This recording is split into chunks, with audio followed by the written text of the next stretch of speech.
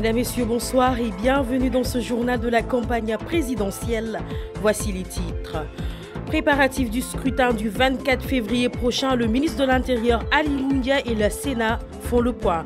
Présidentielle 2019, changement de la carte électorale à Touba. Le ministre Ali Ngoudia apporte des précisions de taille. Vous aurez également dans ce journal ce que le président Abdoulaye Wade a ramené de son séjour guinéen. Voici pour les titres, le développement, c'est pour tout de suite.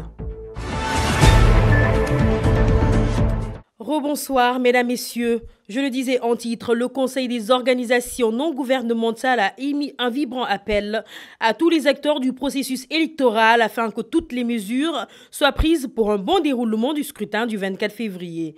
Le président de cette organisation de la société civile, Amakodou Diouf, a par la même occasion insisté sur l'urgence de distribuer les 200 000 cartes d'électeurs en souffrance dans les commissions de retrait et recommande aux services étatiques de s'impliquer pour permettre aux citoyens d'exprimer leur droit de vote. Écoutons les propos de Amakodou Diouf pour plus de détails. Le Sénégal est arrivé à un niveau de maturité démocratique, politique, qui fasse qu'aujourd'hui, on ne peut plus menacer les gens de pouvoir enfreindre d'une manière ou d'une autre au processus électoral. C'est terminé cela. À partir de ce moment-là, maintenant, nous lançons un appel à tous les jeunes Sénégalais, aux femmes, pour que tout le monde se mobilise, pour que tous les Sénégalais qui se sont inscrits sur ces listes-là puissent aller voter. Nous avons vu, on a apprécié le travail qui est en train de se faire, c'est-à-dire que dans le cadre de la distribution des cartes, nous savons qu'effectivement le système de tri a connu des difficultés. Mais nous exhortons les ministères en charge de ces questions, les agences, les services qui ont en charge de cette question, de tout faire pour que ces Sénégalais-là puissent recevoir leurs cartes et aller voter paisiblement. Voilà, la Fédération nationale des associations regroupant les personnes en situation de handicap a produit une charte d'engagement des politiques envers les infirmes. Lancée bien avant le dépôt des candidatures, le document a été apostrophé par différents leaders de la scène politique, dont 3 des 5 candidats. Seul Ousmane Sonko et Maître Madi Kenyon tardent à s'en approprier. Occasion pour le président de la FNPH, Yatma Fall, de les inviter à prendre en compte le texte qui plaide pour une meilleure prise en charge des doléances des personnes vulnérables. Yatma Fall, que nous écoutons au micro de Moussa Bey et de Mohamed Bop. Nous les avons invités à nous dire ce qu'ils comptent faire pour le handicap et nous leur avons proposé un document d'engagement qu'ils ont signé. Et ça, je crois que c'est assez révolutionnaire. C'est un document qui a été signé en 2 phases. D'abord, lors de la déclaration des candidatures, nous avions eu la visite du représentant de Karim Wade, Omar Sarr, avec qui nous avons discuté et qui a signé au nom de Karim Wade le document. Les représentants de Khalifa Sall également ont signé le document au nom de Khalifa Sall. Pape Diop l'a signé, Abdoul Mbaye l'a signé, Atepa aussi l'avait signé. Mais après la publication définitive de la liste des 5 candidats, nous avons reçu Issa Sall qui s'est engagé à prendre en compte le handicap à travers le document que nous avons remis. Nous avons reçu également Mme Aminata Touré au nom du président Macky Sall, qui s'est engagé à renforcer ce qui était en train d'être fait pour le handicap et de prendre en compte le document que nous avons fait. Et nous avons dernièrement reçu M. Abdourahmane Diouf de Rewmi au nom de Idrissa Seck qui a également signé ce document-là. Nous attendons encore, nous ne désespérons pas de voir Ousmane Sonko et Madi Kenyon venir signer. Mais sur les 5, les 3 sont venus nous voir et on dit qu'ils sont d'accord pour prendre davantage en compte le handicap. Voilà, le président Macky Sall prend pour cible ses adversaires inscrits dans la course pour la présidentielle à Thiès, où le candidat de la coalition a battu campagne. Idrissa Seck, Ousmane Sonko, entre autres, ont été tournés en dérision à ceux-là. Ils reprochent d'être des partisans du moindre effort, préférant les caravanes qu'au meeting. Élément avec Youssouf Amine et Selim Baye. ndax ku gis li ñu wër tey da nga xam ni réew am na nuñ ko war a yore lu dul li caaxaan réew am na nuñ ko war a yore lu dul li tappale léegi nag gis naa ni campagne bi léegi mu jeex ma bëggoon xam ndax benn candidat moo fi am déet ndax li tax ma koy laaj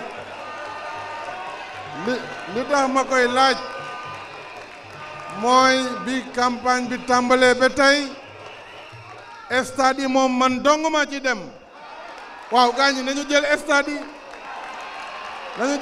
yi waay ñu xam ku mën sa morom waxuma leen ñu dem stade Léopold Sédar Senghor de foofu man maa fay dem le vendredi pour le meeting national de clôture waaye nag stade du Tivaouane mënoon nañ ñëw fii wala ñu dem stade du Fatick wala bu Ndar waaye caravane rek caravane yoo xam ni amul bopp amul genn ne nongu si sa kaw oto naan waa ji defu fi dara na dem loolu taxuma dem de.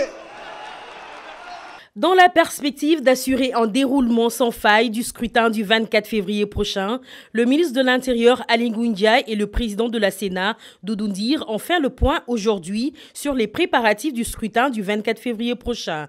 À ce propos, Aly Ngouille s'est voulu clair. Selon lui, sur les 64 000 lieux de vote, plus de 5 000 seront sécurisés par l'armée nationale. La gendarmerie nationale et la police seront de leur côté chargés de sécuriser la partie restante.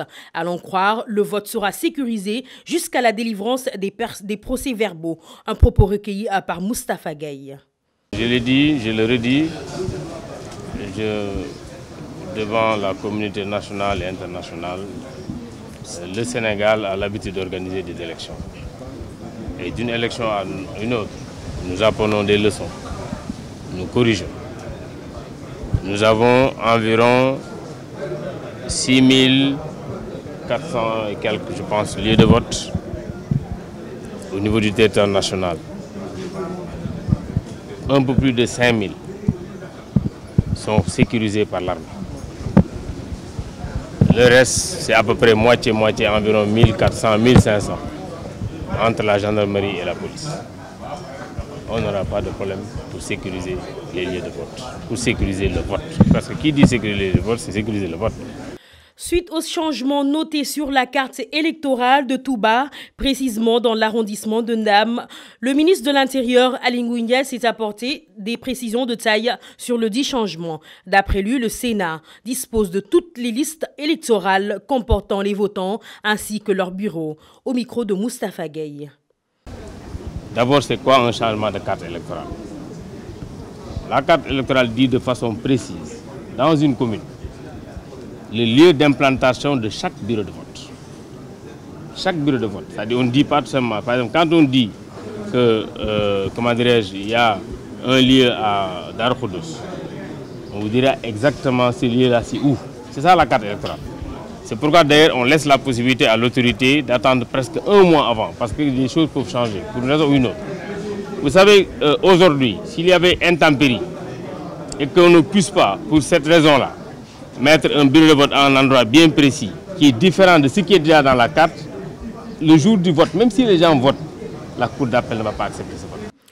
Voilà, après 48 heures de séjour en Guinée-Conakry, l'ancien président du Sénégal est rentré ce lundi à Dakar. Son jet privé a atterri à l'aéroport Diass aux environs de 14h30. Il a été accueilli par Oumar Sarr et de Mayoro Faye, entre autres responsables du Parti démocratique sénégalais. Abdoulaye Wade refusera de livrer le plus petit mot sur son séjour guinéen. Maître Amadou Sall, qui était avec lui à Conakry, a accepté de s'entretenir avec la presse. L'ancien ministre de la Justice confiera que le secrétaire général du Parti démocratique sénégalais s'est rendu en Guinée-Conakry sur invitation de son petit frère à qui il a présenté une dizaine de projets. Abdou Khadir Sissé et Adja Ndiaye ont recueilli ses propos. Je n'ai jamais dit qu'il y a une tentative de médiation. Le président Alpha Condé a exprimé au président Abdoulaye Wade son inquiétude par rapport à la situation présente au Sénégal. Et son désir de faire en sorte que, quoi qu'il puisse arriver, que les choses puissent se faire de façon pacifique et que, comme il le dit, la région, la sous-région est suffisamment tendue pour qu'il n'y ait pas une tension supplémentaire qui serait de nature à entraîner toute la région dans une dynamique peut-être totalement non maîtrisée. Mais nous n'avons jamais dit qu'il y a eu une médiation. Une médiation va devenir un échec ou une réussite lorsqu'il y en a. Mais lorsqu'il n'y a pas de médiation, mais simplement une discussion, un entretien entre à la fois deux amis, dont l'un est à la tête d'un pays frère et ami, il est tout à fait naturel que cet ami vous parle et vous parle de ses inquiétudes. Et ces inquiétudes ont été dissipées parce que le président Wade a réitéré sa détermination à faire en sorte, d'une part, que les Sénégalais expriment leur opposition à une élection truquée, mais en même temps à rassurer que les choses se passeront selon une séquence pacifique. Mesdames, Messieurs, avant de terminer, nous vous présentons l'information en bref. Voilà, Madické Niang s'est rendu aujourd'hui dans le département de Podor, région de Saint-Louis, un des bastions de la majorité présidentielle. Le candidat de Madické 2019 s'est invité plus exactement à Thillé Boubacar. Madické Niang de la coalition Madické 2019 s'affichait en compagnie de sympathisants de sa coalition et c'est devant des dizaines de militants qu'il a fait une déclaration. Le candidat a évoqué la construction d'un hôpital moderne à Thillé Boubacar qui est selon lui complètement oublié par le régime en place. Ce matin, le leader de Rewmi a mené son cortège vers Linguère où il a rencontré d'abord Serigne Dame Ngathie, qui est le khalife de Ngathie et qui a formulé des prières pour son accession au pouvoir. Après quelques mètres, le candidat de la coalition Idy 2019 a rencontré l'ancienne députée Fatma Niang qui est dans une coalition main estime, toutefois qu'ils pourront soutenir un candidat libéral. Le candidat du PUR a sillonné ce week-end le Wallo, accompagné de Serigne Mansour Sy Djamil. Le professeur El Hadj Issa Sall a fait savoir à l'étape de Richard Toll que le président Macky Sall protège des voleurs épinglés par l'inspection générale d'État. Je rappelle, le président Macky Sall, qui est le président sortant, dans le cadre de sa mission, émet le coude sur certains dossiers. Dans son programme de redressement du pays, le candidat de la coalition Idy 2019 a quitté Louga ce dimanche pour se diriger vers le fief du président Abdoulaye Wade. Là-bas, il a trouvé un ancien allié du pape du SOPI, Meïssa Ndiaye, pour échanger avec lui sur la situation du pays. Il s'est ensuite rendu à Ngaye Mékhé, Kouré Ngatek, où une forte mobilisation l'attendait avant de se diriger vers Sagata, Koki et Dara Djolof. Mesdames, Messieurs, cette édition prend fin. Merci de nous avoir suivis. En attendant, Ngouni salut pour la version Wolof. Restez connectés sur votre site de référence Dakaractu.